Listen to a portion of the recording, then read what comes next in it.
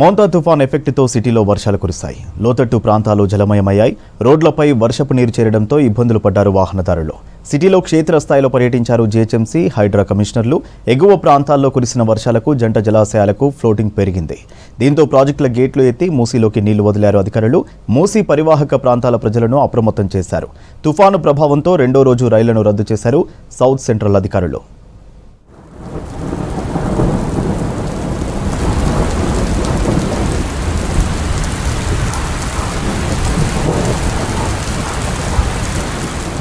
మోంతా తుఫాన్ ప్రభావంతో గ్రేటర్ హైదరాబాద్లో వర్షం కురిసింది. పలు చోట్ల తేలికపాటి నుంచి మోస్తరు వాన, అక్కడక్కడ భారీ వాన పడింది. ఉదయం నుంచి ముసురు వాన కురిసింది.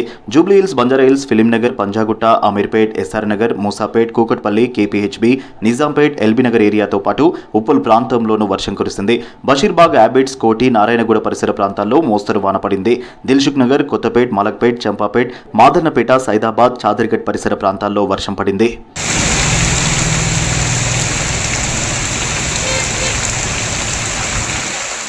సికింద్రాబాద్ కంటోన్మెంట్ పరిసర ప్రాంతాల్లో ఉదయం నుంచి వర్షం కురిసింది. మోండా మార్కెట్, రాణిగంజ్, పారడైజ్, బేగంపేట్, బన్సీలాల్పేట్, పద్మారావు నగర్, సీతాఫల్ మండి, అడ్డగుట్ట, మారేడుపల్లి, బోయిన్పల్లిలో వాన పడింది.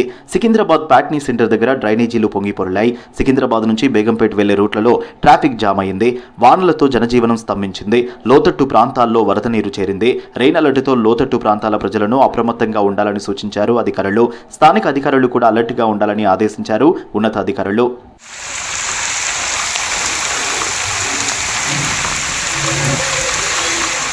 నగర శివారు ప్రాంతంలోనూ ఎడతెరిపి లేకుండా వాన కురిసింది.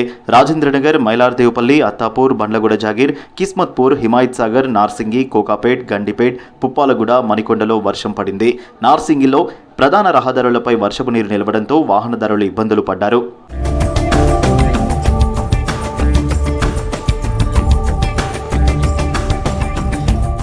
రంగారెడ్డి జిల్లా మాడుగుల మండలంలో భారీ వర్షం పడింది. రాత్రి నుంచి కురుస్తున్న వర్షాలకు లోతట్టు ప్రాంతాలన్నీ జలమయమయ్యాయి. చెరువులు, కుంటలు నిండిపోయాయి. సుద్దపల్లి గ్రామ వాగు ఉధృతంగా ప్రవహిస్తోంది. మాడుగుల, సుద్దపల్లికి మధ్య రాకపోకలు నిలిచిపోవడంతో తీవ్ర ఇబ్బందులు పడ్డారు వాహనదారులు. ఇబ్రహీంపట్నం చెరువులోకి భారీగా వరద నీరు చేరుతోంది. మంచాల, యాచారం, ఇబ్రహీంపట్నం, తుర్కయాంజాల్, ఆదిబట్ల మున్సిపాలిటీల్లో వర్షం పడ్డది.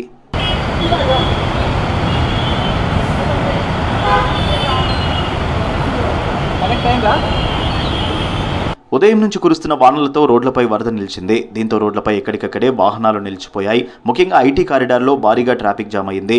షేక్పేట్, రాయదుర్గం, మాదాపూర్, హైటెక్ సిటీ, కేబుల్ బ్రిడ్జి రూట్లలో వాహనాలు కిలోమీటర్ల మేర వాహనాలు నిలిచిపోయాయి.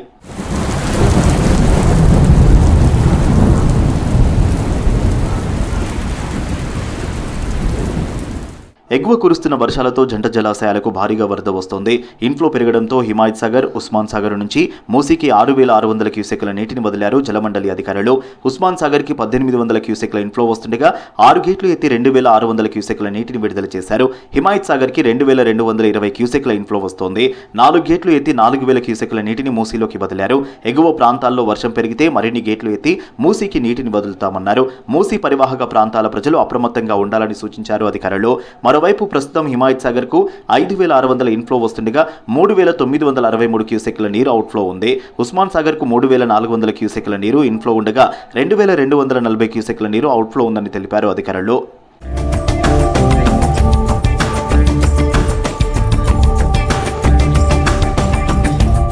జంట జలాశయాలకు భారీగా వరద నీరు వచ్చి చేరుతోంది. మూసీలోకి 4,500 క్యూసెక్ల నీటిని విడుదల చేస్తున్నారు అధికారులు. పురాణాపూల్ వద్ద మూసీ నది ఉధృతంగా ప్రవహిస్తోంది. మూసీ ప్రవాహంతో టెంపుల్ నీట మునిగింది. జియాగూడ నుంచి పురాణాపూల్ రూట్లో వాహనదారులు తీవ్ర ఇబ్బంది పడ్డారు.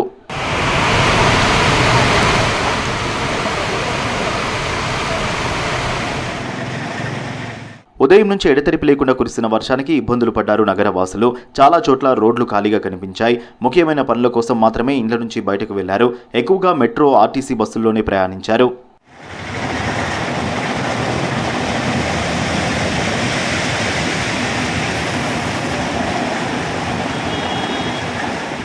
మోంతా తుఫాన్ ఎఫెక్ట్తో రెండో రోజు 133 రైళ్లను రద్దు చేసింది దక్షిణ మధ్య రైల్వే. 28కి పైగా రైళ్లను దారి మళ్లించారు. సికింద్రాబాద్ విజయవాడ మధ్యలో 10 ఎక్స్ప్రెస్ ప్యాసింజర్ రైళ్లు క్యాన్సిల్ చేశారు. ఇదే మార్గంలో నడిచే లాంగ్ డిస్టెన్స్ రైళ్లను దారి మళ్లించామన్నారు railway CPRO Sridhar. Dornakal railway station అంతా కూడా అక్కడున్న ట్రాక్స్ అన్నీ కూడా వాటర్లో మునిగిపోయి ఉన్నాయి. సో ఇది అంటే ట్రైన్ రన్నింగ్కి కొంచెం సేఫ్ కాదు కాబట్టి ట్రైన్స్ని అక్కడే నిలిపేశాం. ఇప్పుడు గోల్కొండ ఎక్స్ప్రెస్ వచ్చి డోర్నకల్లోనే ఆపేయాల్సి వచ్చింది. అలాగే డోర్నకల్ అన్నది ఇటు మనకి సికింద్రాబాద్ వైపు, కాజీపేట వైపు, అలాగే విజయవాడ వైపు, రెండు వైపులా ట్రంక్ రూట్లో ఉన్న ఇంపార్టెంట్ జంక్షన్ స్టేషన్ కాబట్టి ఈ అప్ అండ్ డౌన్ ట్రైన్ రాకపోకలు కంప్లీట్గా అక్కడ అంతరాయం అయ్యాయి. అయితే దీనికి సంబంధించి ఆ రూట్లో వెళ్ళాల్సిన ట్రైన్స్ని క్యాన్సిల్ చేశాం. కొన్ని ట్రైన్స్ వచ్చేసి మనకి కృష్ణ ఎక్స్ప్రెస్ ఉంది, అంటే ఆల్మోస్ట్ డోర్నకల్కి రీచ్ అవుతుంది కాజీపేట నుంచి. సో ఇప్పుడు ముందుకు వెళ్ళే పరిస్థితి లేదు కాబట్టి దాన్ని మళ్ళించి వెనుక రూట్లో మళ్ళీ సికింద్రాబాద్ నుంచి కర్నూలు మీదుగా తిరుపతి తీసుకెళ్తా ఉన్నాం. సిటీలో కురుస్తున్న వర్షాలతో క్షేత్రస్థాయిలో పర్యటించారు జీహెచ్ఎంసీ హైడ్రా కమిషనర్లు. ప్రజలు అప్రమత్తంగా ఉండాలని, అత్యవసరమైతేనే బయటికి రావాలని సూచించారు అధికారులు.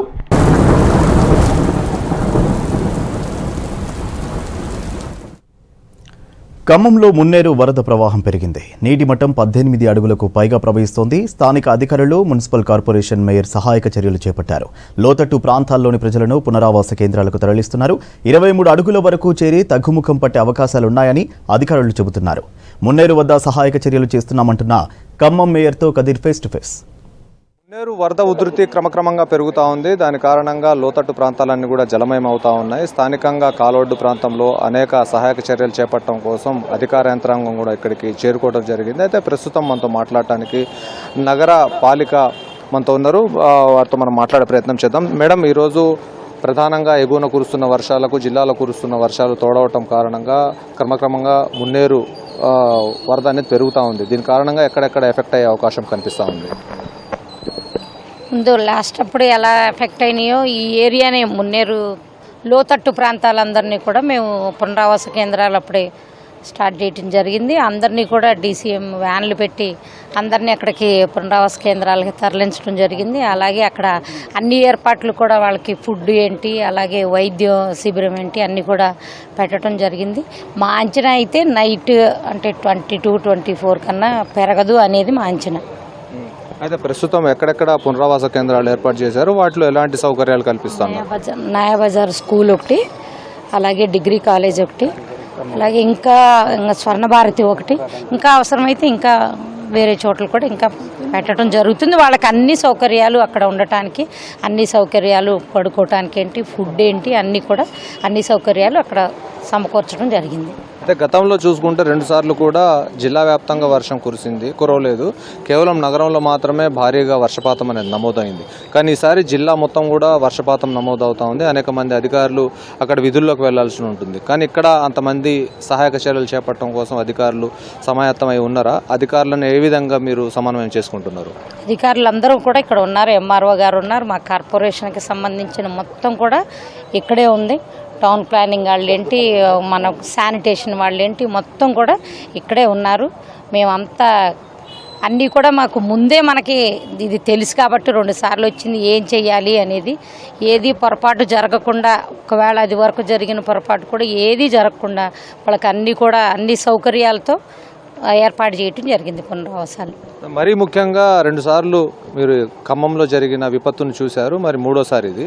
ఖమ్మంలో డ్రైనేజ్ సిస్టమ్ కానివ్వండి, అక్కడ ఉన్న ఆక్యుపెన్సీ కానివ్వండి, వాటిలో ఎలాంటి చేంజెస్ రాలేదు. సేమ్ అలాగనే యాస్టీస్గా కాలువల అక్రమ నిర్మాణాలు కానివ్వండి, వాటిపైన నిర్మాణాలు అన్నీ జరిగాయి. వాటిని తొలగించలేదు. మళ్ళీ ఈరోజు ఖమ్మంలో అదే సమస్య ఉత్పన్నమైంది. దానిపైన మీరు ఏం చేయబోతున్నారు, ఏం యాక్షన్ తీసుకోబోతున్నారు? అలా కాదు కదా, ఇది మున్నేరు డ్రైనేజీ మీద నుంచి వచ్చే వాటర్ కాదు కదా, పైన వర్షం పడితే వర్షాలతో వచ్చే ఇది కదా, ఇది దీనికి సంబంధం లేదు. బైపాస్ రోడ్లో వచ్చిన వాటర్ ఎక్కడి? బైపాస్ రోడ్లో వచ్చింది. అంతకు ముందు డ్రైన్స్ ఎన్నో సంవత్సరాల క్రితం కట్టింది కాబట్టి అప్పుడు జనాభా ప్రకారంగా అది ఉంది కాబట్టి ఇప్పుడు పెరిగినాయి. ఎన్నో అపార్ట్మెంట్స్, హౌజులు అన్నీ పెరిగినాయి కాబట్టి దానికి తగ్గట్టుగా ఇప్పుడు డ్రైనేజీ సిస్టమ్ కూడా ఎస్టిమేషన్ వేసి రెడీగా ఉంది. గతంలో 2 సార్లు అలాంటిది మీరు చూశారు, వరదలు వచ్చిన తాకిడి ఏ విధంగా జరిగింది ఖమ్మంలో అనేది. అనేక కాలనీలు కూడా నీట మునిగిపోయినాయి. కానీ అనేక చోట్ల పర్మనెంట్గా ఏదైతే స్లాబ్ స్లాబ్లు వేసి ఆ ర్యాంపులు అయితే కట్టారో వాటిలో కనీసం ఒక ఛాంబర్ లాంటిది కూడా ఏర్పాటు చేయలేదు. అన్ని కమర్షియల్ కాంప్లెక్స్లు అక్కడ నిర్మాణం చేపట్టారు. వాళ్ళపైన ఎందుకు యాక్షన్ తీసుకోలేదు? ఇంతకాలం గడిచినా కానీ ఎందుకు యాక్షన్ తీసుకోలేదు అంటున్నారు. ఎందుకు మీకు యాక్షన్ తీసుకుని మీకు కావాలంటే రేపు చూపిస్తాం. మేము చాలా చోట్ల కాంప్లెక్స్ల దగ్గర అన్నిటి దగ్గర కూడా ఛాంబర్లు పెట్టడం, ఐరన్ జాలీలు వేయించడం, మా టౌన్ ప్లానింగ్ వాళ్ళందరూ వెళ్ళి ర్యాంపులు కట్టిన వాళ్ళకి కూడా పగలగొట్టడం, ఇలాంటివి చాలా టౌన్లో మొత్తం జరుగుతున్నాయి కూడా అలాంటివి. ఓకే, ఇప్పుడు ప్రాథమికంగా ఇక్కడ ఏ కాలనీలు ఎఫెక్ట్ అయ్యే అవకాశం ఉంది? ఆ కాలనీ వాళ్ళని ఎక్కడికి తీసుకెళ్తున్నారు? వాళ్ళకి ఎలాంటి సౌకర్యాలు కల్పించారు? ఇక్కడ అన్ని కాలనీలు వెంకటేశ్వర నగరు, ఇలా మోతీ నగరు, ఇలా ఈ కాలనీలు బొక్కలగడ్డ, ఈ కాలనీలు అన్నీ కూడా డిగ్రీ కాలేజీ ఒకటి, నయాబజార్ స్కూల్లో ప్రస్తుతానికి ఆ రెండు అయితే రెడీ చేయటం జరిగింది. వాళ్ళని తరలిస్తున్నాం కూడా. ఆల్రెడీ చాలామంది వెళ్ళటం కూడా జరిగింది అక్కడ. స్థానిక మంత్రి తుమ్మల నాగేశ్వరరావు గారి తరపు నుంచి కానివ్వండి, అటు విద్యుత్ శాఖకు సంబంధించి బట్టి విక్రమార్క గారి గురించి వారి నుంచి ఎటువంటి ఆదేశాలు అందినాయి? విద్యుత్ అంతరాయం లేకుండా ఎలాంటి సహాయక చర్యలు చేపడతారు? వారి ఆదేశాల ప్రకారంగానే మొత్తం అధికారులు మేము అందరం కూడా అలర్ట్ అవ్వటం జరిగింది. ప్రజలను కూడా అలర్ట్ చేయటం, మైకుల్లో కూడా చెప్పడం కూడా ఇంటింటికి ఇప్పుడు కూడా మేము చాలా రోడ్లు వెళ్ళి అధికారులు మేము కూడా వెళ్ళటం జరిగింది. మంత్రి తుమ్మల నాగేశ్వరరావు గారి ఆదేశాల ప్రకారంగా మేమందరం కూడా ప్రజల్ని అలర్ట్ చేయాలి. ఏ ఒక్కరి ప్రాణహాని కానీ ఏ నష్టం జరగకూడదు అనే ఉద్దేశంతో అధికారులు మొత్తం అలర్ట్ చేయడం జరిగింది. అలాగే కరెంటు విషయంలో కూడా ఏమీ పొరపాటు జరగదు, అన్నీ కూడా అలర్ట్గానే ఉన్నాం. కాబట్టి ఈసారి దేనికి కూడా మేము ఇబ్బంది పడకుండా, ప్రజలు కూడా ఇబ్బంది పడకుండా ముందస్తు చర్యలే తీసుకుంటాం జరిగింది. ప్రభుత్వం నుంచి మీకు ఎటువంటి ఆదేశాలు అందాయి? ఎలాంటి సూచనలు అందాయి? లోతట్టు ప్రాంత వాసులకు పైన ఎలాంటి జాగ్రత్తలు తీసుకోవాలని కోరారు? లోతట్టు ప్రాంతాలను ముందు తరలించమని చెప్పడం జరిగింది. మాకు ఆదేశాలు ఇవ్వడం జరిగింది. అక్కడి నుంచి ఆ ముందస్తు చర్యగా మొత్తం అందరినీ కూడా పునరావాస కేంద్రాలకి పంపించడం, తరలించడం కూడా జరిగింది. ఓకే అండి, థ్యాంక్ యూ. మొత్తంగా చూస్తే లోతట్టు ప్రాంత ప్రజలు ఎవరైతే ఉన్నారో, ప్రధానంగా ఎఫెక్టెడ్ కాలనీస్ ఎక్కడైతే ఉన్నాయో ఆ కాలనీ వాళ్ళని మాత్రమే ముందుగా తీసుకువెళ్తున్నారు. అయితే 25 అడుగులు దాటిన తర్వాత లోతట్టు ప్రాంతాలు ఏదైతే ఎక్కువ ఉన్నాయో ఎఫెక్టెడ్ ఏరియాలో ఆ ప్రాంతాల వాళ్ళని కూడా తరలించే అవకాశం ఉందని చెప్పేసి అంటున్నారు. పునరావాస కేంద్రాల్లో అన్ని రకాల సౌకర్యాలను ఏర్పాటు చేయడం జరిగింది. వైద్యానికి సంబంధించిన అంశాలను కూడా వాళ్ళు దృష్టిలో పెట్టుకొని అక్కడ వైద్య సదుపాయాలను కూడా సమకూర్చారు. దాంతోపాటుగా ఎవరు కూడా అభద్రతా భావానికి లోను కాకూడదు. పునరావాస కేంద్రాలు తరలించడంతో పాటు ప్రభుత్వం జారీ చేసిన టోల్ ఫ్రీ నెంబర్స్ ఉన్నాయి. ఆ నెంబర్లకు కాల్ చేసినా కానీ వాళ్ళు వచ్చి లిఫ్ట్ చేసే అవకాశం ఉంది.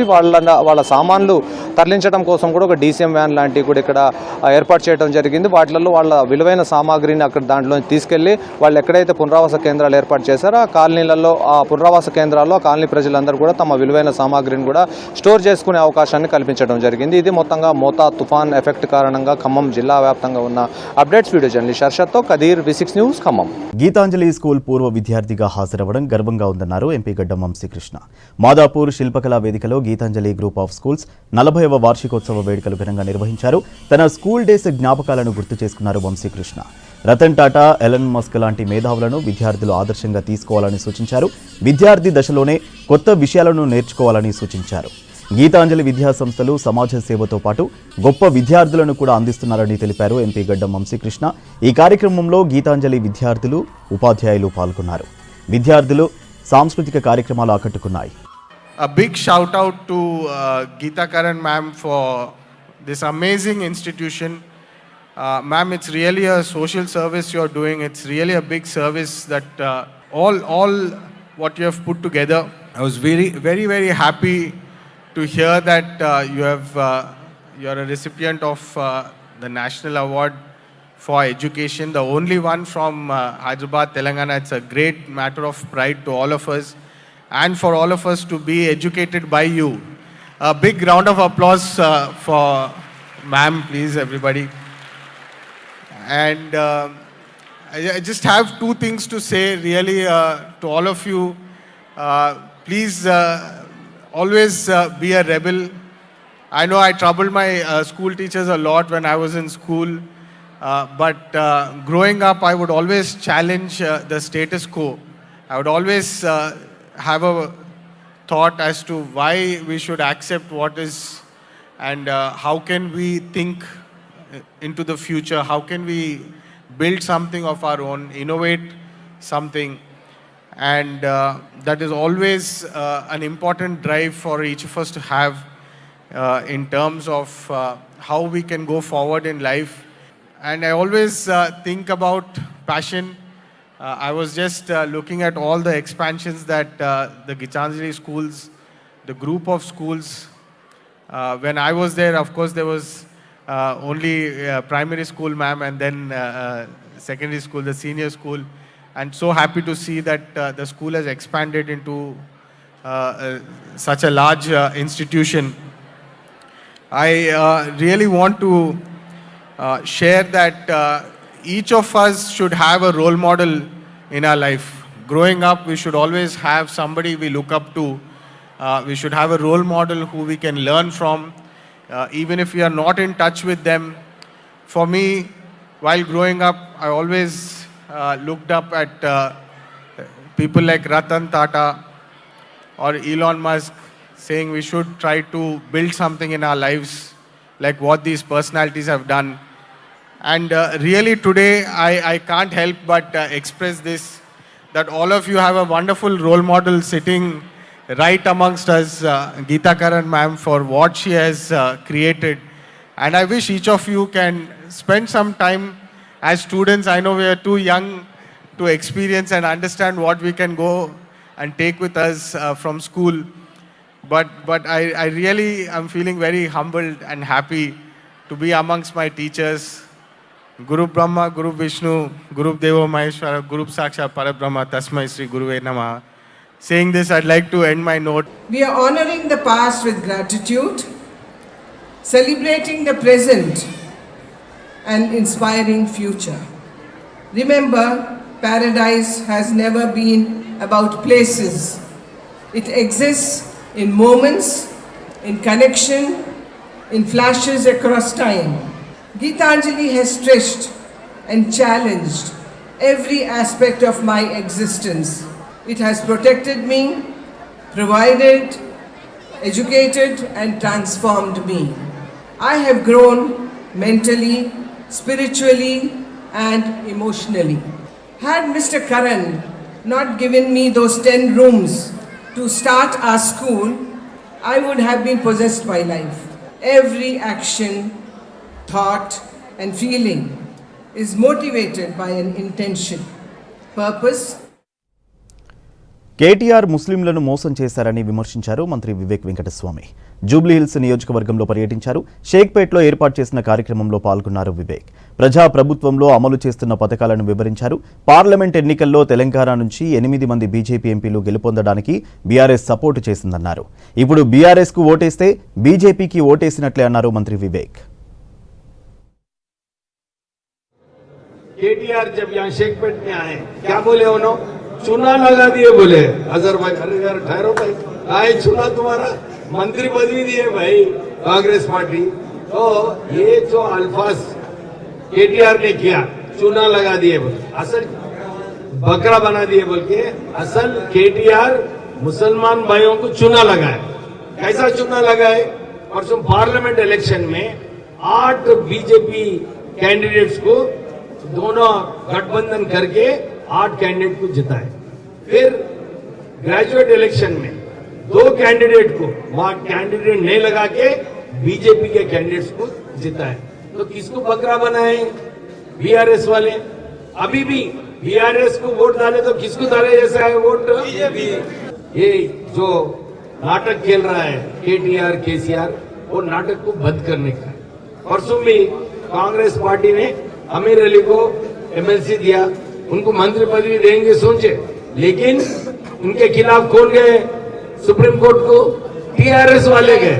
टीआरएस वाले जाके ये जजमेंट खिलाफ लेके आए. तो आप लोग सोचना चाहिए सिर्फ वोट के वास्ते, क्योंकि मैं देखा 2023 इलेक्शन में वो 1.25 करोड़ सैंक्शन कराए और एक जगह भी सीधा काम नहीं कराए, खाली पेपर में वोट के वास्ते वो सैंक्शन कराए. तो अपने को केवल लकी क्या है बोलते, ये इलेक्शन में हमारे नवीन भाई नौजवान है, यंग है, अच्छा आदमी है, अच्छा दिल का आदमी है, काम कर सकता. आप जो भी पूछे उस ठहर के मैं देख रहा हूँ ये लास्ट 10-15 डेज से बहुत काम कूल, जो भी बोले वो सुनना चाहते. बहुत से बार पॉलिटिशियन नहीं सुनते, लेकिन वह नवीन बाबू सुनने के लिए तैयार है, आपको काम करने के लिए तैयार है.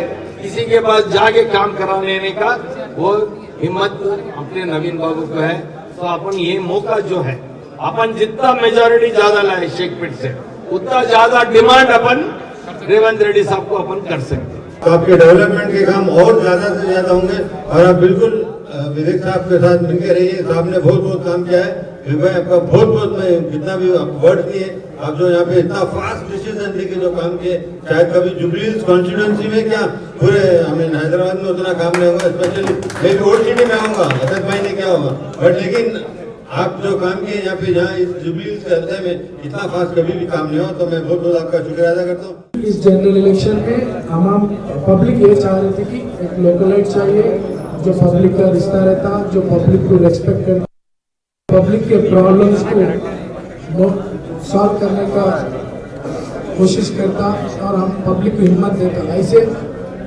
लीडर हमारे को चाहिए बोल के बहुत स्ट्रॉन्ग फीलिंग पब्लिक में था। कई सर्वेस करे तो कांग्रेस पार्टी कई सर्वेस करे तो आपके दुआ से मेरा नाम सर्वेस में हाई आया बोल के हमारे पीसी साहब कल बोल रहे थे। तो ये सब आपकी दुआ है पब्लिक का शुक्रिया अदा करता हूँ। और आप लोग पिछले बार BRS का साथ दिए थे, क्योंकि हुकूमत में था, चाहे अपने बस्तियाँ डेवलप होते, अपने कॉलोनीज डेवलप होते, अपने बच्चों का फ्यूचर अच्छा रहता, ओके 2 बार 3 बार मौका दिए थे, मगर क्या हुआ सबको मालूम। హైదరాబాద్లో కార్పొరేట్ స్థాయిలో రోగులకు వైద్యం అందించేలా ఏర్పాట్లు చేస్తోంది రాష్ట్ర ప్రభుత్వం. సనత్ నగర్, అల్వాల్, ఎల్బీ నగర్లో ప్రభుత్వ సూపర్ స్పెషాలిటీ హాస్పిటల్స్ను నిర్మిస్తోంది. సనత్ నగర్లో నిర్మిస్తున్న టిమ్స్ హాస్పిటల్ పనులు కొనసాగుతున్నాయి. డిసెంబర్ 9న ప్రారంభించేందుకు ఏర్పాట్లు చేస్తున్నారు అధికారులు. 1000 పడకలతో నిర్మిస్తున్నామని తెలిపారు. 22 ఎకరాల్లో పార్కింగ్, రోగుల సహాయకుల కోసం ప్రత్యేక భవనం, ఎమర్జెన్సీ, ఓపీ, ఇన్పేషెంట్స్ కోసం ఒక్కో భవనం 5 అంతస్తుల్లో నిర్మిస్తున్నారు. టిమ్స్ హాస్పిటల్ నిర్మాణ పనులు తుది దశకు చేరుకున్నాయంటున్న సనత్ నగర్ టిమ్స్ ప్రాజెక్టు ఇన్ఛార్జితో Srisailam face to face. Telangana రాష్ట్ర ప్రజలకు ప్రభుత్వం సూపర్ స్పెషాలిటీ వైద్య సేవలను అందుబాటులోకి తీసుకురాబోతుంది. టిమ్స్ హాస్పిటల్ పేరుతోని సనత్ నగర్, ఎల్బీ నగర్, అల్వాల్లో సూపర్ స్పెషాలిటీ హాస్పిటల్ని ఏర్పాటు చేస్తుంది. టిమ్స్ సనత్ నగర్ త్వరలోనే అందుబాటులో వచ్చేటువంటి అవకాశం కనిపిస్తుంది. ఇప్పటికే పనులు శరవేగంగా జరుగుతున్నాయి. దీంతో పాటు అల్వాల్, ఎల్బీ నగర్లో కూడా పనులు కొనసాగుతున్నాయి. అయితే డిసెంబర్లో టిమ్స్ సనత్ నగర్ను ప్రారంభించే అవకాశం ఉన్నట్టుగా మనకు తెలుస్తుంది.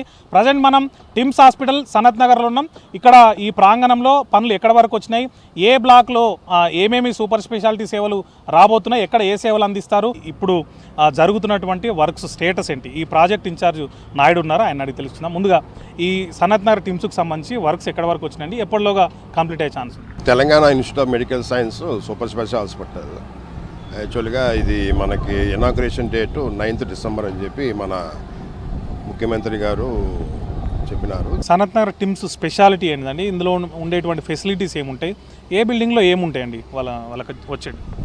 మనకి మెయిన్ బిల్డింగ్ హాస్పిటల్ యాక్చువల్గా మనకి 3 బ్లాక్స్ కింద డివైడ్ చేశాం. యాక్చువల్గా బ్లాక్ ఏ వచ్చి ఎమర్జెన్సీ బ్లాక్, దాంట్లో మనకి 300 ICUs plus operation theatres, 16 operation theatres. ఏదైనా ఎమర్జెన్సీ సపోజ్ యాక్సిడెంట్ కానీ హార్ట్ అటాక్ కానీ ఇమీడియట్గా గోల్డెన్ పీరియడ్లో ఇమీడియట్గా వచ్చేలాగా మనం బ్లాక్ ఏ అనేది ఏర్పాటు చేసాం. దాంట్లో ఎమర్జెన్సీ వార్డు. బ్లాక్ బి వచ్చి మనకి OPD, దాంట్లో మనకి ఫార్మసీ గ్రౌండ్ ఫ్లోర్లో ఉంటుంది. అలాగే మనకి cath labs and cardiac OT plus VIP wards అనేది మనకి C బ్లాక్లో IPDలో ఉంటాయి. దాంట్లో మనకి dialysis rooms plus VIP wards plus x rays మొత్తం ల్యాబ్స్ అన్నీ కూడా C బ్లాక్లో OPDలో ఉన్నాయి సార్. టోటల్గా వచ్చి మనకి 1000 బెడెడ్ హాస్పిటల్. దాంట్లో మనకి 300 ICU beds plus dialysis 30 beds.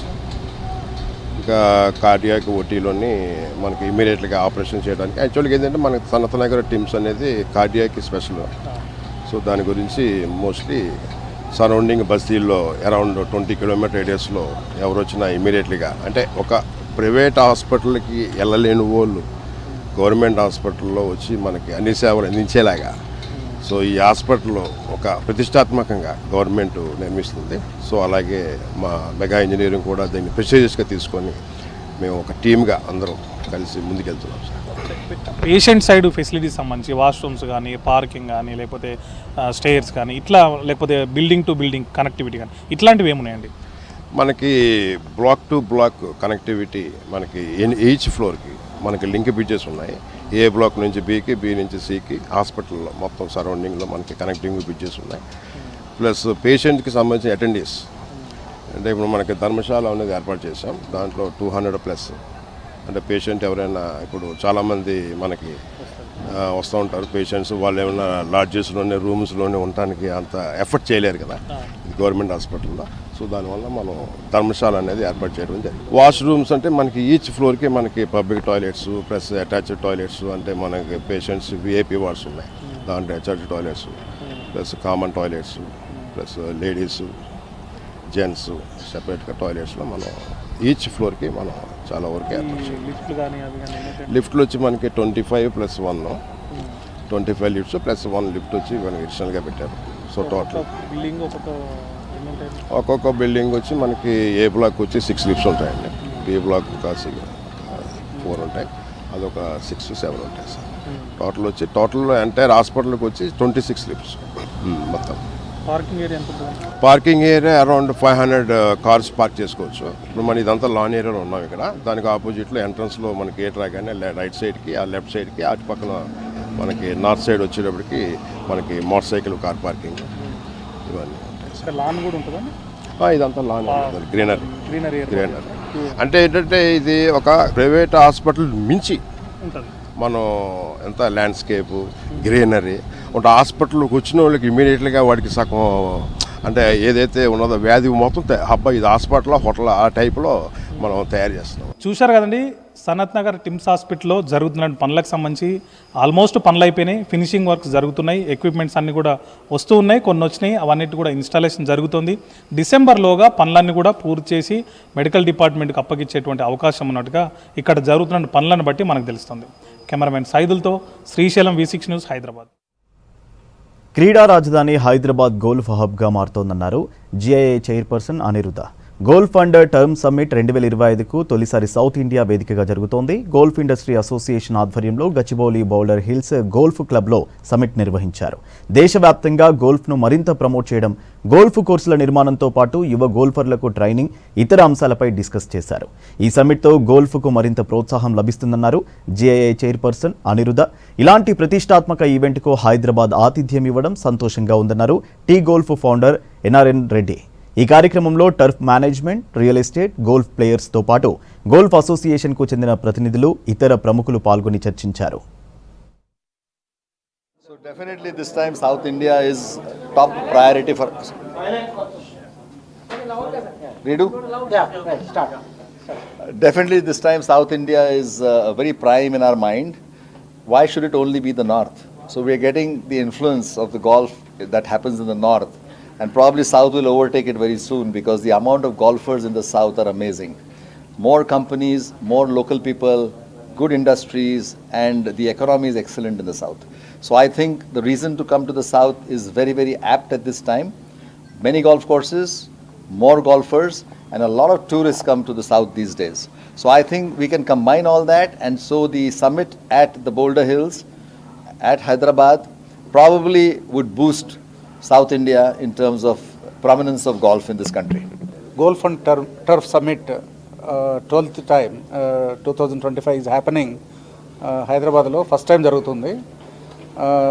ఈ సమ్మిట్ వలన అందరూ గోల్ఫ్ కోర్స్ ఓనర్స్ కానీ golf related experts, equipment manufacturers అందరూ ఇక్కడ వచ్చి ఈ 2 days ఈవెంట్లో పార్టిసిపేట్ చేస్తున్నారు.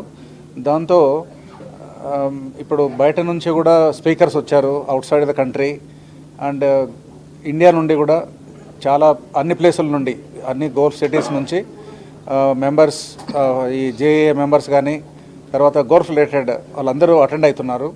దాని మీద చాలా ఇన్పుట్స్, నాలెడ్జ్ షేరింగు, ఎట్లా గోల్ఫ్ కోర్స్ ఎట్లా డెవలప్ చేయాలి. ఇప్పుడు పర్టికులర్గా మనకి తెలంగాణలో government is talking about developing future city. Future సిటీలో కూడా మళ్ళీ 1-2 గోల్ఫ్ కోర్సులు అంటున్నారు. అవి ఎట్లా డిజైన్, ఇట్లాంటివన్నీ కూడా డిస్కషన్ నడుస్తుంది ఇక్కడ. గోల్ఫ్ ఆడేదానికి అనుకూలంగా తయారు చేయాలి అంటే చాలా అవసరం. ఈ golf courses how affordable we can make అనేది ఇంపార్టెంట్. దానికి గవర్నమెంట్ కూడా ఇనిషియేటివ్ తీసుకుంది, ఇంట్రెస్ట్ ఉంది. కాబట్టి ఇట్లాంటి నాలెడ్జ్ బాడీ పార్టిసిపేషన్ ఉంటే కనుక ఇట్ విల్ ఇంకా చాలా హెల్ప్ఫుల్గా. వ్యంగ్యంగా రచనలు రాయడంలో ప్రముఖ రచయిత జర్నలిస్ట్ సతీష్ చందర్కు ఈ తరంలో గొప్ప స్థానం ఉందని అన్నారు సన్నిధానం నరసింహ శర్మ. హైదరాబాద్ బాగ్లింగంపల్లిలోని సుందరయ్య విజ్ఞాన కేంద్రంలో సుప్రసిద్ధ రచయిత ఓల్గా చేతుల మీదుగా పుస్తకావిష్కరణ జరిగింది. ఈ సభకు సన్నిధానం నరసింహ శర్మ అధ్యక్షత వహించి మాట్లాడారు.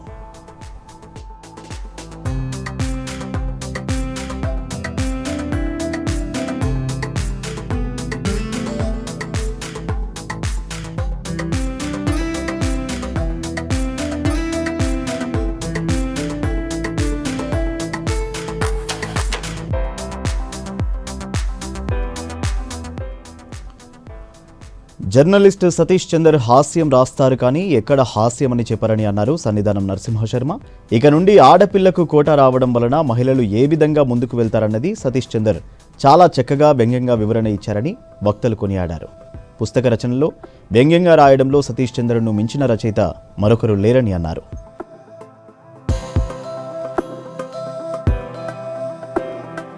వ్యాస సంపుటి సరిహద్దులు లేని సంఖ్యలు ఓల్గా, అందరూ ఓల్గా గారంటే ఆవిడ ఒక సమూహం. ఆ పుస్తకానికి ఇలాగ శర్మ గారు ఊరికి ఆయన అనేక సభలకు అధ్యక్షం వహించారు, అది వేరే విషయం, నేను కూడా వహించి ఉండొచ్చు. కానీ ఆ సభకి నన్ను ప్రిసైడ్ చేయాలి, అది చాలా గొప్ప సభ, ఒక రకమైన చారిత్రకమైన సభ.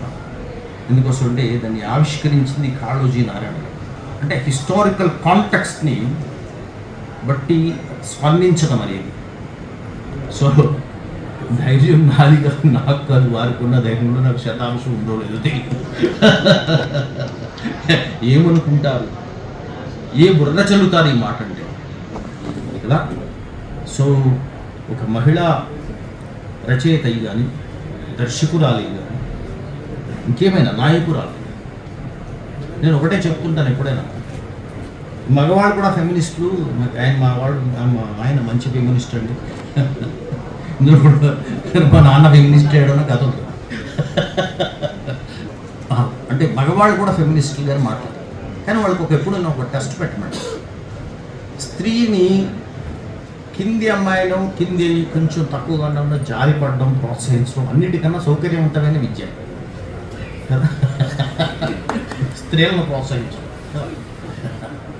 అట్లాగే ఒక సమానంగా ఉండి మేమిద్దరం కూడా సమానంగానే స్త్రీ పురుషులు, అది కూడా మంచి పని.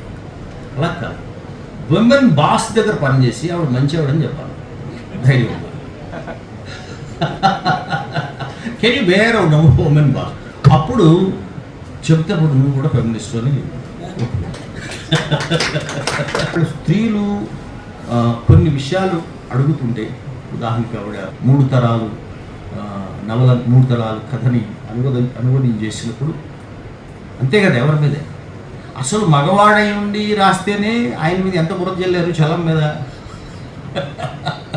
అసలు చలం చెడగొట్టేస్తున్నాడు అది. ఆయన చేతనైనంతే చెడగొట్టాడు. చేతనైనంత 1% 2%, 98% వదిలేసాడు. చాలా నిజంగా 50% చెడగొట్టుంటూ ఉండేది సినిమా, బ్రహ్మాండం.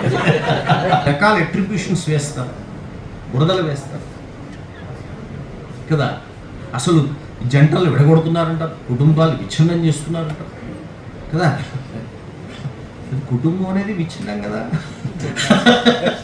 పూర్తి అప్రజాస్వామికమైన వ్యవస్థ ఏదైనా ఉందంటే అది కుటుంబ వ్యవస్థ. ప్రజల కోసం పోలీసులు పనిచేస్తున్నారని తెలిపారు రాచకొండ సిపి సుధీర్ బాబు. సరూర్ నగర్ స్టేడియంలో పోలీస్ అమరవీరుల వారోత్సవాలు నిర్వహించారు. ఈ కార్యక్రమంలో అమరులైన పోలీసుల సేవలను గుర్తు చేసుకున్నారు. పోలీస్ స్టాల్స్ ఏర్పాటు చేశారు. ప్రజలకు చేస్తున్న సేవలను వివరించారు పోలీసులు.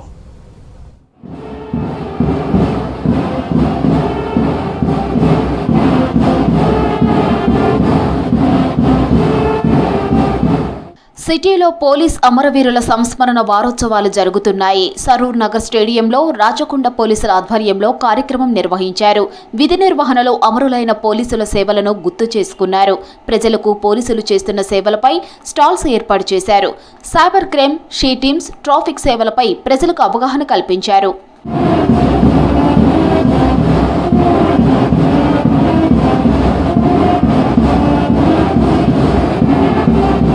ప్రజలకు సేవలందించే విషయంలో పోలీసులు ప్రాణాలను కూడా లెక్క చెయ్యరన్నారు రాచకొండ సిపి సుధీర్ బాబు.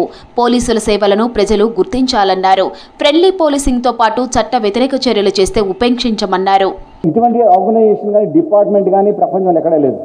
ఒక సంవత్సరం చేస్తారు అని కాదు, ఎవ్రీ ఇయర్ ఇంతమంది మీకోసం ప్రజల కోసం మేము పనిచేస్తూ మా ప్రాణాలను మీకోసం అర్పించిన ఆఫీసర్స్ ఎంతమంది ఉన్నారు. ఇటువంటి ఆఫీసర్స్ని మనము గుర్తు చేసుకోవడానికి, వాళ్ళ సేవల్ని మనం ఒకసారి వాళ్ళకి ఆనర్ ఇవ్వడానికి కోసం అనేది ఇటువంటి మీటింగ్ కండక్ట్ చేసి, యూత్ మీరంతా future hope of the country.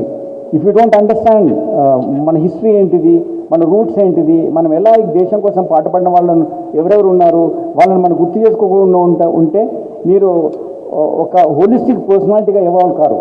You can't understand society. Rachakonda commissionerate పరిధిలో అత్యధికంగా బాల కార్మికులను గుర్తించి వారికి మంచి భవిష్యత్తు అందించామన్నారు సిపి సుధీర్ బాబు. పిల్లలకు దూరంగా ఉండే వృద్ధుల ఇంటికి వెళ్లి సహాయం చేస్తున్నామని తెలిపారు. ఆపరేషన్ స్మైలీతో ప్రజలకు మెరుగైన సేవలు అందించడమే తమ లక్ష్యం అన్నారు Rachakonda CP Sudheer Babu. Last year 31 live convictions వచ్చాయి. ఈపాటికే 24 లైవ్ కన్విక్షన్ తీసుకున్నాం. ఇంకా another 7-8 certainly will get it and will surpass the achievements which were made. అంటే శిక్ష పడితేనే వాడి భయం ఉంటుంది, వాడు మళ్ళీ నేరాలు చేయడు. అలానే మేము VQT అనేది కండక్ట్ చేస్తున్నాము విజిబుల్ పోలీసింగ్ పర్స్పెక్టివ్లో. V అంటే విజిబుల్ పోలీసింగ్, Q అంటే క్విక్ రెస్పాన్స్, T అంటే technology, use of technology servicing the people better. ఈ పర్స్పెక్టివ్లో మేము every day 55 places minimum visible policing చేస్తున్నాం. అంతేకాకుండా ఎవరైనా సీనియర్ సిటిజన్స్ ఉంటారు, 70 years పైన పడ్డ వాళ్ళు ఏజ్లో, వాళ్ళ పిల్లలు దూరంగా ఉంటారు, వాళ్ళకు అసహాయంగా వాళ్ళు ఉన్న పరిస్థితుల్లో ఉంటారు. వాళ్ళని ఐడెంటిఫై చేసి ప్రతి పోలీస్ స్టేషన్కు 10 people చొప్పున 47 మంది ఐడెంటిఫై చేసి వాళ్ళకి వాళ్ళు వెళ్ళి మాట్లాడడం, వాళ్ళకి సేవ చేయడం జరుగుతుంది. ప్రాణాలను గడ్డిపోతులా భావించేవారే పోలీసులు అన్నారు ప్రముఖ పాటల రచయిత సుద్దాల అశోక్ తేజ. కంటికి రెప్పలా సమాజానికి రక్షణగా పోలీసులు నిలుస్తున్నారని తెలిపారు. ఫ్రెండ్లీ సిటిజన్గా ప్రజలు ఉండాలని సూచించారు సుద్దాల అశోక్ తేజ. పోలీసులు త్యాగం చేస్తున్నారు, 7 నిమిషాలకే వస్తున్నారు. ప్రతి క్షణం మనల్ని ఎడ్యుకేట్ చేయడానికి డ్రంక్ అండ్ డ్రైవ్ చేయొద్దు, లేకపోతే స్పీడ్గా వెళ్ళొద్దు, ఇలా రకరకాలుగా మనం చెప్తున్నాం. మనమేం చేస్తున్నాం వాళ్ళకి? థ్యాంక్స్ టు పోలీస్ అనేటువంటి నినాదం ప్రతి గుండెల్లో మోగేదాకా ఈ రాష్ట్రం బాగుపడదు, ఈ ప్రజలు బాగుపడదు. Thanks to him, thanks to police. పిల్లలకి మనం నేర్పించాల్సింది థ్యాంక్స్. ఎవరు ఏ పని చేసినా మనం చెప్పాల్సింది థ్యాంక్స్ అనేది మన బిడ్డలకి మనం నేర్పించాలి. అలాంటి తల్లిదండ్రులు థ్యాంక్స్ టు పోలీస్ అని నేర్పించేటువంటి కాలం ఎప్పుడొస్తుందా అని నేను ఎదురు చూస్తున్నాను. పోలీసులు సంస్మరణ సభకు హాజరైన ప్రముఖులను శాలువా, మొమెంటోతో సత్కరించారు సిపి సుధీర్ బాబు. ఈ కార్యక్రమంలో నిర్వహించిన పోలీస్ బ్యాండ్ ప్రత్యేక ఆకర్షణగా నిలిచింది.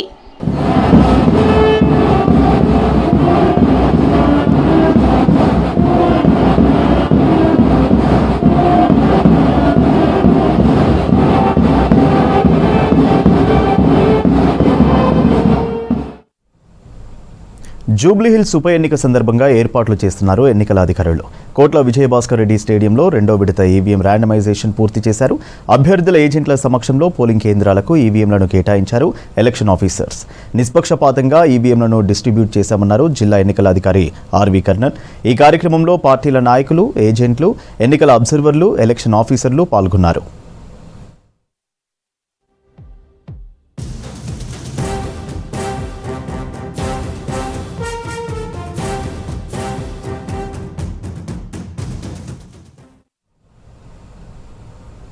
Telangana fire disaster rescue, emergency, civil defence department నుంచి ఫైర్ సేఫ్టీ గైడ్ లైన్స్ విడుదల చేశారు fire DG Vikram Singh Mann. Fire స్టేషన్లలో టీమ్ కమాండ్స్ ఏర్పాటు చేయాలని ఆదేశించారు. లైవ్ ప్రొటెక్షన్ కోసం ఫైర్ కంట్రోల్ సెంటర్కు లింక్ చేయాలన్నారు. రెగ్యులర్ ఇన్స్పెక్షన్స్ చేయాలని అధికారులను ఆదేశించారు. అన్ని భవనాల్లో రెగ్యులర్ ఫైర్ డ్రిల్స్ నిర్వహించాలన్నారు డీజీ విక్రమ్ సింగ్ మాన్.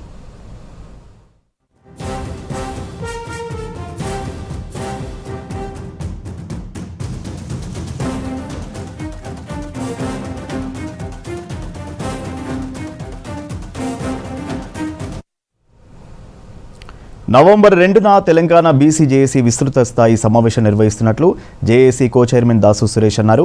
స్థానిక సంస్థల్లో బీసీలకు 42% రిజర్వేషన్లతో పాటు చట్టసభల్లో రిజర్వేషన్ల సాధన కోసం సమావేశం ఏర్పాటు చేస్తున్నామని తెలిపారు. 42% బీసీ రిజర్వేషన్ల ప్రైవేటు బిల్లును రాహుల్ గాంధీ పార్లమెంట్లో ప్రవేశపెట్టాలని డిమాండ్ చేశారు. అన్ని రాజకీయ పార్టీలు ఈ బిల్లును ఆమోదించాలని విజ్ఞప్తి చేశారు. ఈ సమావేశంలో బీసీ జేఏసీ చైర్మన్, రాజ్యసభ సభ్యులు R Krishnaiah, working chairman Jajula Srinivas గౌడ్లు పాల్గొంటారని తెలిపారు.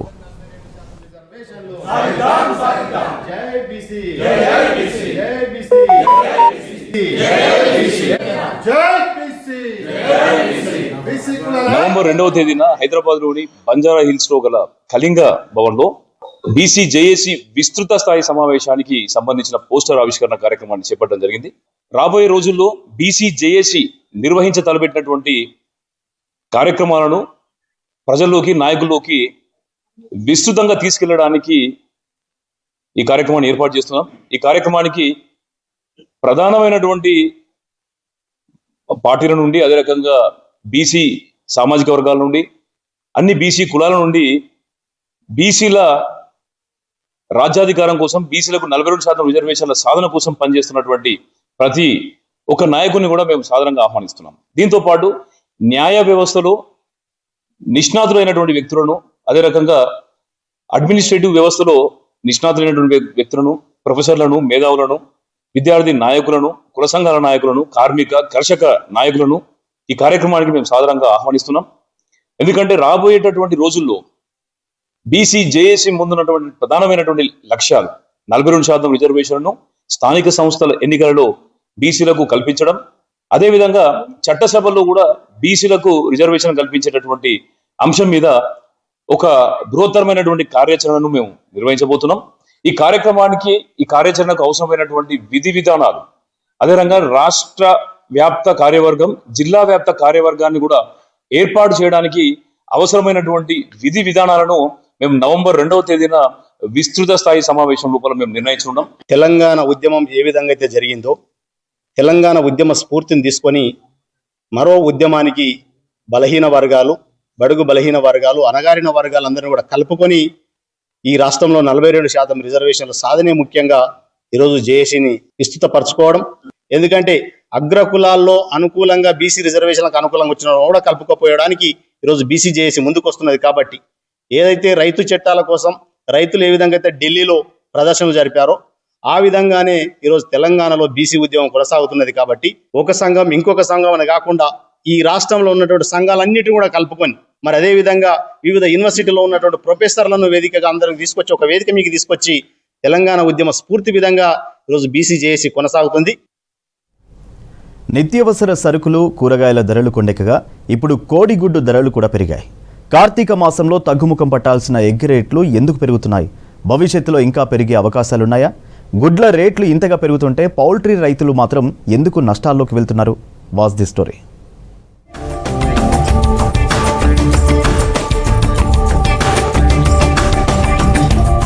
తక్కువ ధరలో ఎక్కువ ప్రోటీన్ కావాలంటే అందరికీ మొదటి గుర్తుకొచ్చేది గుడ్లు మాత్రమే. న్యూట్రిషియన్స్, డైటీషియన్స్తో పాటు చాలామంది డాక్టర్లు కూడా ఎగ్గు తినాలని సలహా ఇస్తారు. పేద మధ్యతరగతి ప్రజలకు అందుబాటు ధరల్లో గుడ్లు ఉంటాయి. అయితే ఎక్కువ మంది గుడ్లను వినియోగించడంతో ధరలు పెరిగాయంటున్నారు పౌల్ట్రీ నిర్వాహకులు. ఈ కార్తీక మాసంలో రేట్లు తగ్గాలి, కాకపోతే మనకు రేట్లు ఎందుకు దిగట్లేదో అర్థం అవ్వట్లేదు. చికెన్ షాపులకు చాలా ఇబ్బంది అవుతుంది. ఈ మన ఫార్మర్స్కి కొద్దిగా లేయడం వల్ల, ఇది స్ట్రైక్ నడవడం వల్ల ఈ రేటు ఉంది. అందుకని ఇక కస్టమర్ కూడా చాలా స్ట్రగుల్ అవుతున్నారు. అందువల్ల మనకు దుకాణంలో కూడా చాలా ఇబ్బంది అవుతుంది. సెల్ లేక 6 రూపీసే వస్తుంది. మనం హోల్సేల్ కాబట్టి దాన్ని అలానే రిఫండ్ చేస్తున్నాం. 7-8 అంటే ఎవరు తీసుకోరు కాబట్టి అదే రేటు సేల్ చేస్తున్నాం. ప్రతి ఏడాది నవంబర్ నుంచి జనవరి వరకు కోడిగుడ్డు ధరలు పెరుగుతూనే ఉంటాయి. కానీ ఈసారి మరింత కాస్ట్లీగా మారుతున్నాయన్నారు ఎన్ఈసీసీ చైర్మన్ బాలస్వామి. ధరలు పెరగడానికి ముఖ్య కారణం కోళ్లకు పెట్టే దానా రేట్లు విపరీతంగా పెరగడమే అంటున్నారు. సోయా, మొక్కజొన్న రేట్లు అధికంగా ఉన్నాయన్నారు. ఆ పెరిగిన కన్జంప్షన్కి, ఈ పెరిగిన గుడ్డు రేటుకి మాత్రం, ఈ యొక్క ఫీడ్ రేటుకి మాత్రం ఎటువంటి సంబంధం లేకుండా వెరీ ఇర్రెగ్యులర్ అయిపోయింది. ఇప్పటివరకు 6 రూపాయలు రావాల్సింది ఈ పరిస్థితుల్లో రాకుండా ఇప్పుడు స్లోగా పెరుగుకుంటూ వస్తూ ఉందంటే అసలు మినిమమే 6 రూపాయలు ఉండాలి గుడ్డు రేటు ఫార్మర్స్కి. కానీ ఈ రోజున ఈ సంవత్సరం ఈనాటికి ₹5.60 వచ్చేది. అంటే ఫార్మర్ గేట్ రేటు ₹5.60. కన్జంప్షన్ పెంచితేనే మీ షాపులకు లాభం, కన్జంప్షన్ పెంచితేనే మీ ఆటోలకు లాభం, కన్జంప్షన్ పెరిగితేనే వినియోగదారులకు లాభం. కానీ ఇక్కడ ఏం జరుగుతుందంటే లక్షలాది రూపాయలు పెట్టి గుడ్లు ప్రొడ్యూస్ చేస్తుంటే ₹6 గుడ్డు డిక్లేర్ కావాల్సింది ఈ సంవత్సరం యావరేజ్గా ₹5 ఇస్తే ఇప్పుడు కొంచెం పెరుగుకుంటూ పోతున్నది. లేయర్ కోళ్ల బిజినెస్ చేసే రైతులు నష్టాల్లో ఉన్నారని తెలిపారు బాలస్వామి. పౌల్ట్రీ రైతులకు రాష్ట్ర ప్రభుత్వం విద్యుత్ సబ్సిడీ అందిస్తున్నా నష్టపోతున్నారని తెలిపారు పౌల్ట్రీ అసోసియేషన్ ప్రతినిధులు. ఒక గుడ్డు ₹6 నుంచి ₹6.5 అమ్ముతున్నామని తెలిపారు హోల్సేల్ వ్యాపారులు. మీరందరూ బంగారం రేటు వచ్చినా రాకపోయినా పేపర్లో రోజు గుడ్డు రేటు మాత్రం తప్పకుండా వస్తుంది. ఎంటైర్ ఇండియన్ పేపర్లో గుడ్డు రేటు మాత్రం వస్తుంది. కాబట్టి మీరు గుడ్డు రేటు చూసుకొని ₹10, ₹60, ₹70 మాత్రం ఇస్తే బాగుంటుంది తప్పితే ₹1, ₹2, ₹3 అంటే ₹5.5 రేటు ఉంటే ₹7 అమ్మటం, ₹8 అమ్మటం ఇది మహా దోపిడీ. కాబట్టి మీరు వినియోగదారులు డిమాండ్ చేయాల్సిన అవసరం ఎంతైనా ఉంది. ఆ రకంగా మీరు గుడ్లు కొంటే బాగుంటుందని నా అభిప్రాయం. At the same time entire ఇండియాలో తెలంగాణ ఇస్ హైయెస్ట్ కన్జంప్షన్. భారతదేశ యొక్క గుడ్ల కన్జంప్షన్ సంవత్సరానికి 103 గుడ్లే ఒక పర్సన్కి. తెలుగు రాష్ట్రాల్లో గుడ్లకు డిమాండ్ పెరగడంతో ధరలు పెరుగుతున్నాయన్నారు వ్యాపారులు. ఎగ్ ప్రొడక్షన్ ఎక్కువగా లేకపోవడంతో నెల రోజుల్లో మరింత పెరిగే అవకాశం ఉందంటున్నారు. మేడ్చల్ జిల్లాలోని మేడిపల్లిలో ఏసీబీకి చిక్కాడు యాదాద్రి దేవాలయంలో పనిచేస్తున్న అధికారి రామారావు. ఓ కాంట్రాక్టర్ నుంచి ₹1,90,000 తీసుకుంటుండగా రెడ్ హ్యాండెడ్గా పట్టుకున్నారు ఏసీబీ అధికారులు. యాదగిరిగుట్ట లక్ష్మీ నరసింహస్వామి ఆలయంలో ఎలక్ట్రిసిటీ విభాగంలో పనిచేస్తున్నారని తెలిపారు అధికారులు. రామారావు బంధువుల ఇళ్లలో కూడా ఏసీబీ అధికారులు సోదాలు చేస్తున్నారు.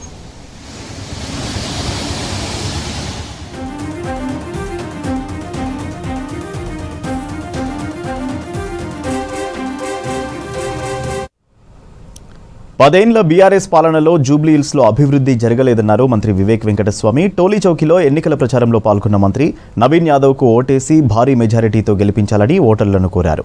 కాంగ్రెస్ను ఓడించేందుకు బీజేపీ, బీఆర్ఎస్ కలిసి పనిచేస్తున్నాయని ఆరోపించారు. 10 ఏళ్లలో ముస్లింలకు బీఆర్ఎస్ చేసిందేమీ లేదన్నారు. బీఆర్ఎస్కు ఓటేస్తే అది బీజేపీకి వేసినట్టే అన్నారు. మంత్రి వివేక్తో కలిసి ఎమ్మెల్యే అభ్యర్థి నవీన్ యాదవ్, కాంగ్రెస్ నేతలు అజారుద్దీన్, కూన శ్రీశైలం గౌడ్, ఏనుగు రవీందర్ రెడ్డి ప్రచారంలో పాల్గొన్నారు.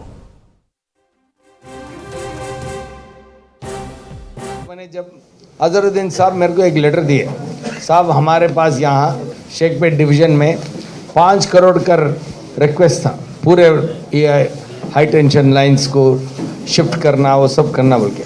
तो मैं अजहरुद्दीन साहब का लेटर लेके जाके भट्टी साहब को बोल के मुशर्रफ साहब को बुला लिया. मैं ऑफिस को बुला लेके बोला साहब ऐसा है, इसको जल्द से जल्द सैंक्शन करना चाहिए.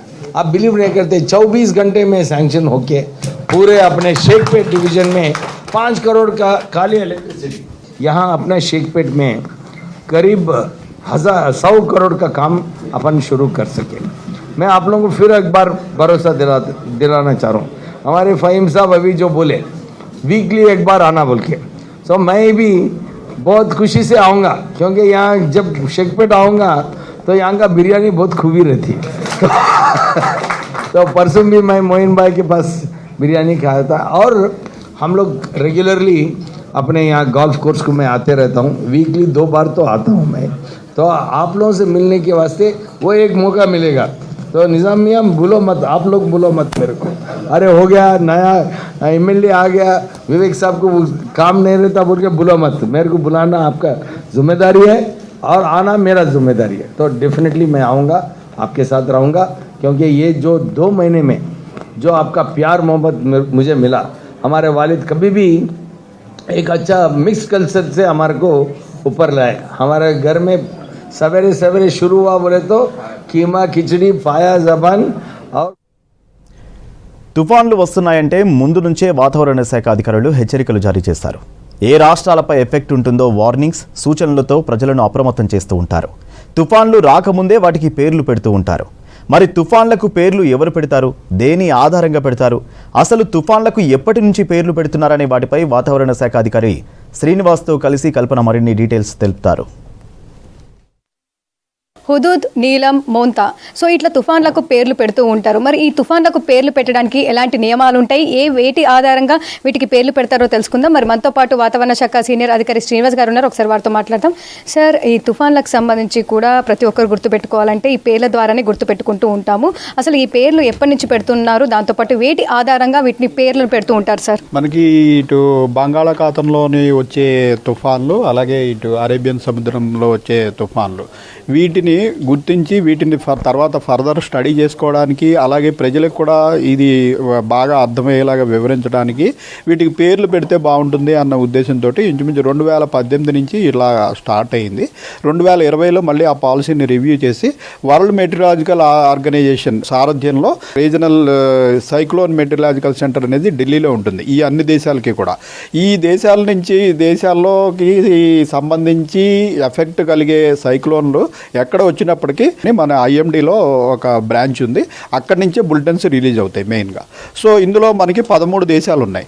ఇండియా, పాకిస్తాను, ఇటు మన బంగ్లాదేశ్, మియాన్మారు, థాయిలాండ్, మలేషియా, అలాగే ఇటు సైడ్ ఉన్న దేశాలు మనకి ఒమాన్, మస్కట్, ఈ దేశాలు అలా ఇలా మొత్తం 13 దేశాలు ఉన్నాయి అందులోను. ఈ 13 దేశాల నుంచి ఈ నేమ్స్ అనేవి అడుగుతారు. వాళ్ళ మెటీరియాలజికల్ ఆర్గనైజేషన్స్ ప్రతి కంట్రీకి ఉంటాయి కదా, వారి దగ్గర నుంచి కొన్ని నేమ్స్ తీసుకోవడం జరుగుతుంది. వీటిని మన వరల్డ్ మెటీరియాలజికల్ ఆర్గనైజేషన్ వారు పరిశీలించి ఇందులో మతాలకు సంబంధించినవి, రెచ్చగొట్టే భావాలు ఉన్నవి అటువంటివి ఏమీ లేకుండా మామూలుగా మనకి పక్షుల పేర్లు, పువ్వుల పేర్లు, ఇట్లా వాళ్ళకి వాడుకలో ఉన్న వాటిని కొన్నిటిని తీసుకుని వాటిని ఒక లిస్టుగా రూపొందించడం జరుగుతుంది. ఆ లిస్టుని అట్లా ఉంచుతారు. అట్లా ఉంచి మనకి సైక్లోన్ ఏర్పడిన వెంటనే ఆ లిస్టులో నుంచి నెక్స్ట్ సీరియల్ నెంబర్లో ఏది ఉంటే దానికి ఆ సైక్లోన్కి ఆ పేరు పెట్టడం జరుగుతుంది.